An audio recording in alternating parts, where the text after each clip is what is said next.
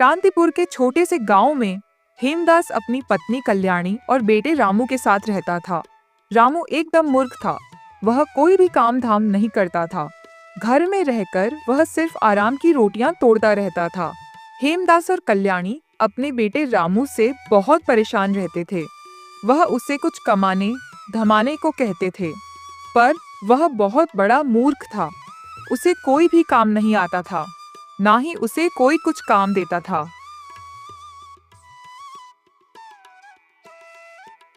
रामू की उम्र 25 साल हो गई है। ना ही ये कुछ कमाता है और ना ही घर से बाहर निकलता है। अजय, आप एक काम क्यों नहीं करते? इसकी शादी ही करवा दीजिए। क्या पता इसकी पत्नी अपने साथ इसका भाग्य लेकर आए। तुम ठीक कह रहे हो कल्याणी। अब हमें इसकी शादी तो करनी ही पड़ेगी। मैं एक काम करता हूँ, इस मूर्ख के लिए एक अच्छी सी लड़की देख लेता हूँ, जो थोड़ी पढ़ी लिखी भी हो और चालाक भी। ये तो बहुत बड़ा मूर्ख है, इससे तो कुछ होगा नहीं, हमें ही कुछ करना पड़ देगा। मैं भी यही सोच रही हूँ। अगर इसकी कोई समझदार सी पत्नी आ जाएगी तो इसकी जिंदगी सुधार जाएगी, नहीं तो ऐसे कोई भी मूर्ख बनाकर चला जाएगा। अजी, आप जल्दी से जल्दी इसकी शादी करवा दीजिए।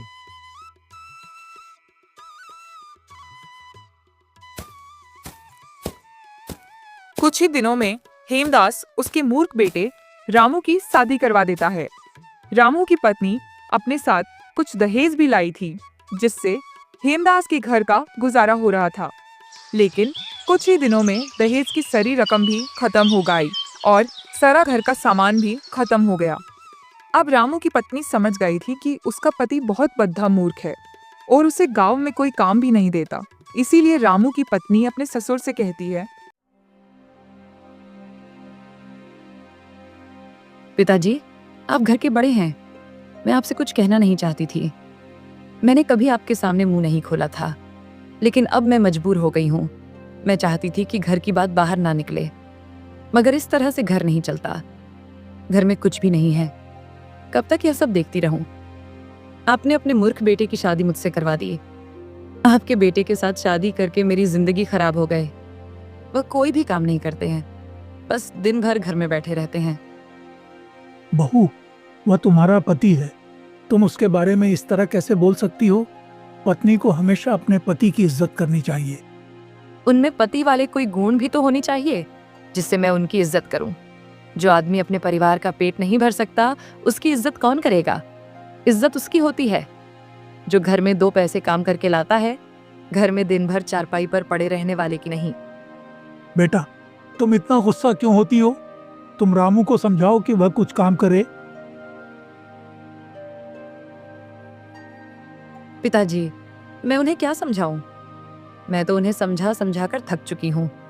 वो मेरी सुनते ही कहाँ है। बस उन्हें सारा दिन चारपाई पर लेटे रहना अच्छा लगता है। पिताजी, अब आप ही उन्हें कुछ समझाओ।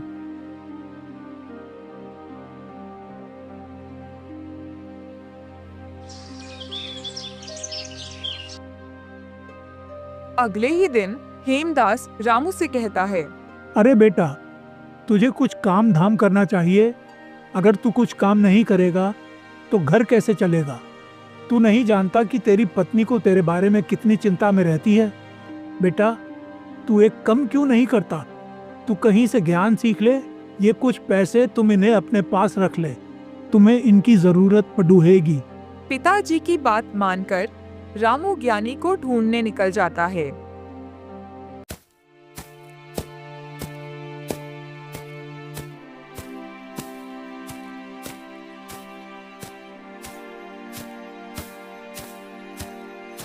कई दिन भटकने के बाद रामू को जंगल में एक साधु बाबा मिले।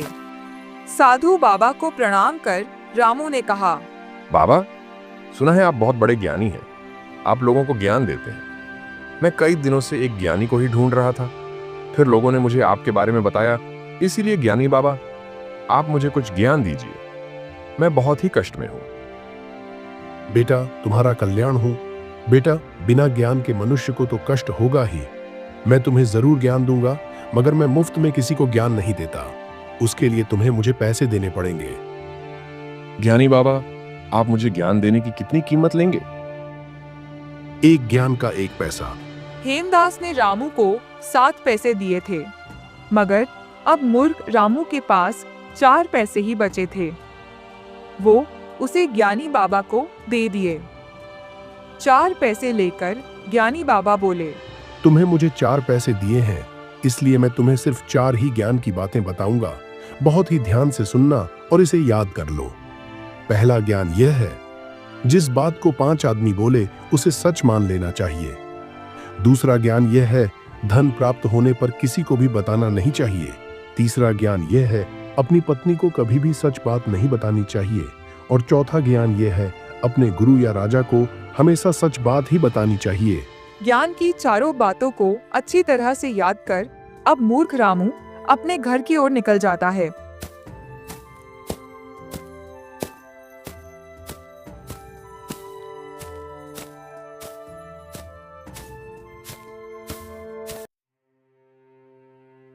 जाते हुए रास्ते में उसने देखा कि एक जगह भीड़ जुटी हुई है।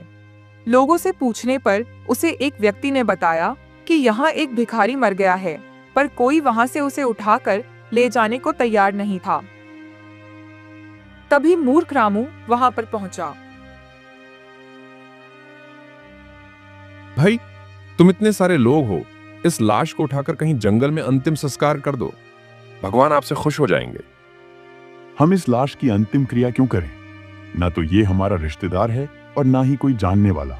लेकिन एकदम से मूर्ख रामू को ज्ञानी द्वारा दिए हुए पहले ज्ञान की याद आ गई कि 5 आदमी जो कहे उसे सच मान लेना चाहिए। यहाँ तो 5 से भी ज्यादा आदमी हैं। फिर उसने लाश उठाई और गांव से बाहर एक वीरान जगह में उसे ले जाकर रख दिया।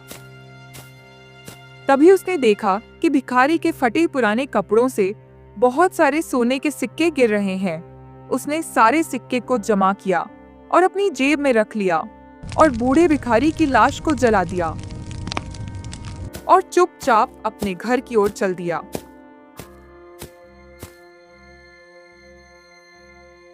आप आ गए ज्ञान सीखकर। क्या ज्ञान सीख कर आए हो? जरा मैं भी तो सुनूं। क्या पता कुछ ज्ञान मेरे भी काम आ जाए। ज्ञान तो मैं सिखाया हूं, पर मैं किसी को बता नहीं सकता, क्योंकि ज्ञान सिखाने के पैसे लगते हैं। ज्ञान मुफ्त में नहीं मिलता। आप कैसी बेकार की बातें करते हो? मुझे तो कुछ समझ में ही नहीं आता। आप इतने दिन घर से बाहर रहे, फिर भी मूर्ख जैसी बातें कर रहे हो। रामू अपनी पत्नी को कोई भी ज्ञान की बात नहीं बताता, ना ही भिखारी की जेब से मिले सिक्कों के बारे में बताता है। अब मूर्ख रामू के पास बहुत पैसे थे। उसके दिन अच्छी तरह से कटने लगे। उनका रहन सहन बदल गया। उसने एक बड़ा घर खरीद लिया। उनके रहन सहन को देखकर पड़ोसियों को जलन होने लगी। एक दिन रामू की पड़ोसन अपने पति से कहती है, जिसे लोग पागल पागल कहते थे उसे देखो, आज कितना पैसे वाला हो गया है, कितना बड़ा और सुंदर घर बनवाया है। और एक आप है, अपने आप को बहुत होशियार समझते हैं। सुबह से शाम तक इसके यहाँ उसके यहाँ मजदूरी करते फिरते हैं, तब कहीं जाकर कुछ पैसे कमा पाते हैं। उस पागल से ही कुछ सीख लीजिए। भला मैं उस मूर्ख से क्या सीखूं?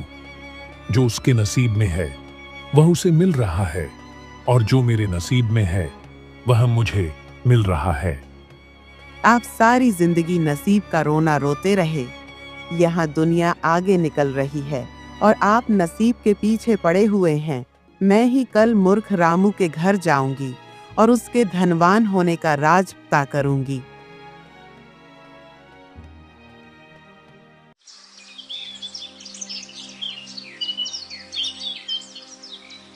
पड़ोसन दूसरे ही दिन रामू के घर जाती है।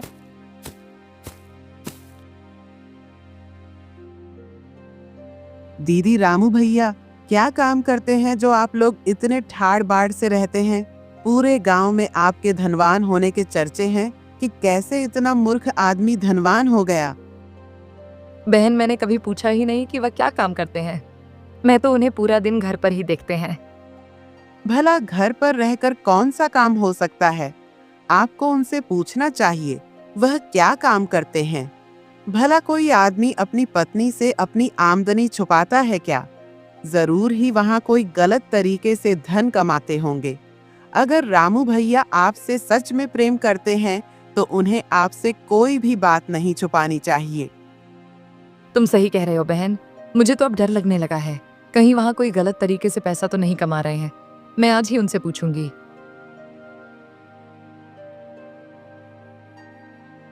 जब मूर्ख रामू अपने घर आता है तो उसकी पत्नी उससे पूछती है, अजी आप क्या काम करते हो? ये तो आपने कभी मुझे बताया ही नहीं। तुमने कभी पूछा ही नहीं, इसलिए मैंने बताना कभी जरूरी नहीं समझा। वैसे भी तुम जानकर क्या करोगी?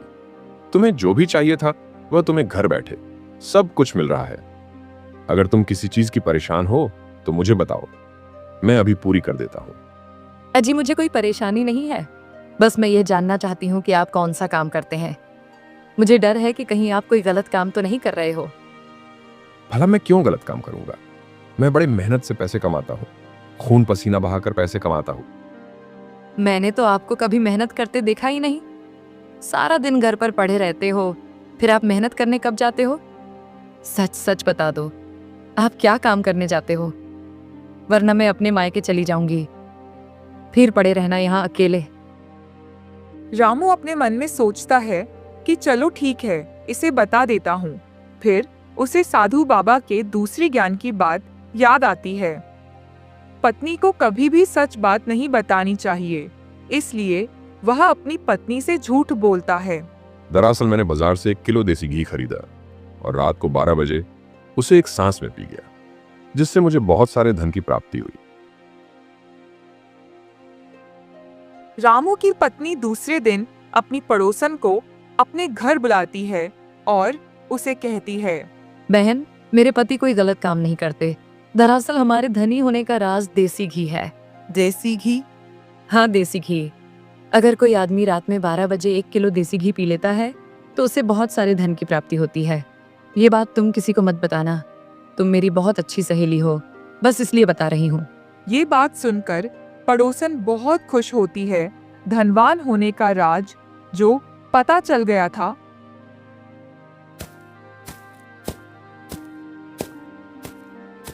वह जल्दी से अपने घर जाती है और अपनी पति से कहती है, मुझे मूर्ख रामू के धनवान होने का राज पता चल गया है। आप जल्दी से बाजार जाकर 1 किलो देसी घी ले आओ। एक बार मुझे बताओ तो सही, आखिर उसके धनवान होने का राज क्या है? मैं भी तो सुनूं। भला धनवान बनने में देसी घी का क्या संबंध है? अजी बहुत बड़ा संबंध है। अगर कोई आदमी देसी घी एक सांस में 12 बजे रात को पी जाए तो वह व्यक्ति बहुत ही बड़ा धनी बन जाता है। उसे बहुत सारे धन की प्राप्ति होती है। तुम क्या कह रहे हो? मैंने ये बात पहले कभी नहीं सुनी। अगर हर किसी को ये बात पता होती तो हर कोई धनवान ना बन जाता। अरे भाग्यवान, भला 1 किलो घी पीकर आज तक कोई धनवान हो पाया है? क्या तुम मुझे मारना चाहती हो? अरे मैंने बड़ी मुश्किल से ये बात मूर्ख रामू की पत्नी से पता किया है। अब सारा समय यहीं बैठे बैठे पूछते रहोगे या फिर बाजार जाकर 1 किलो देसी घी लेकर आओगे। पड़ोसन का पति बाजार जाकर 1 किलो देसी घी ले आता है और फिर दोनों पति पत्नी रात 12 बजे बजने का इंतजार करने लगते हैं। जैसे ही 12 बजते हैं, पड़ोसन अपने पति को 1 किलो घी एक सांस में पिला देती है। घी पीने के बाद उसके पेट में बहुत जोरों का दर्द होने लगता है।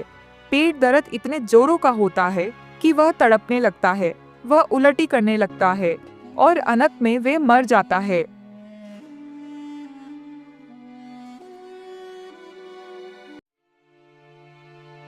पड़ोसन राजा के पास जाकर हरिया की शिकायत करती है, महाराज, मैं लुट गई, बर्बाद हो गई, मेरा कुछ नहीं बचा, सब कुछ खत्म हो गया।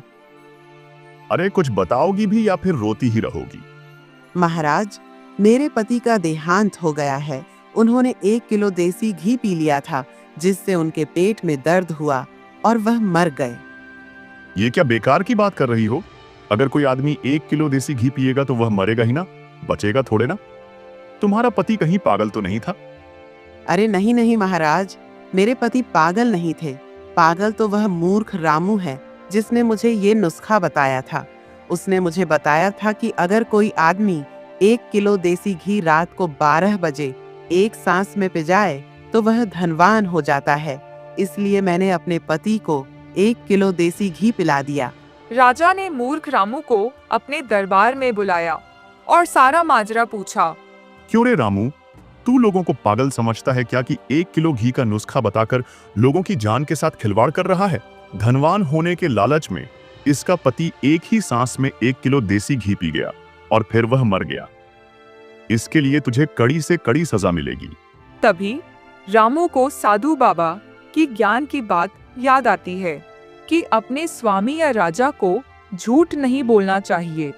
इसलिए वह राजा से कहता है, महाराज, इसमें मेरी कोई गलती नहीं है। मैंने तो एक ज्ञानी बाबा को 4 पैसे देकर 4 ज्ञान की बातें सीखी थी। उन्होंने कहा था कि अगर 5 आदमी को कोई बात कहे तो उसे मान लेना चाहिए और अपनी पत्नी को कभी सच बात नहीं बतानी चाहिए और अपने राजा या स्वामी से हमेशा सच बोलना चाहिए। मेरी पत्नी मेरे धनवान होने का राज पूछ रही थी, इसीलिए मैं उसे झूठ बोल दिया कि मैंने 1 किलो देशी घी पीकर धन की प्राप्ति की है। उसी ने ये बात इनको बताई होगी। राजा रामू के सच बोलने पर उसे बहुत सारा धन देते हैं और उससे वहां से विदा कर देते हैं। रामू धन को लेकर खुशी खुशी अपने घर की ओर निकल जाता है।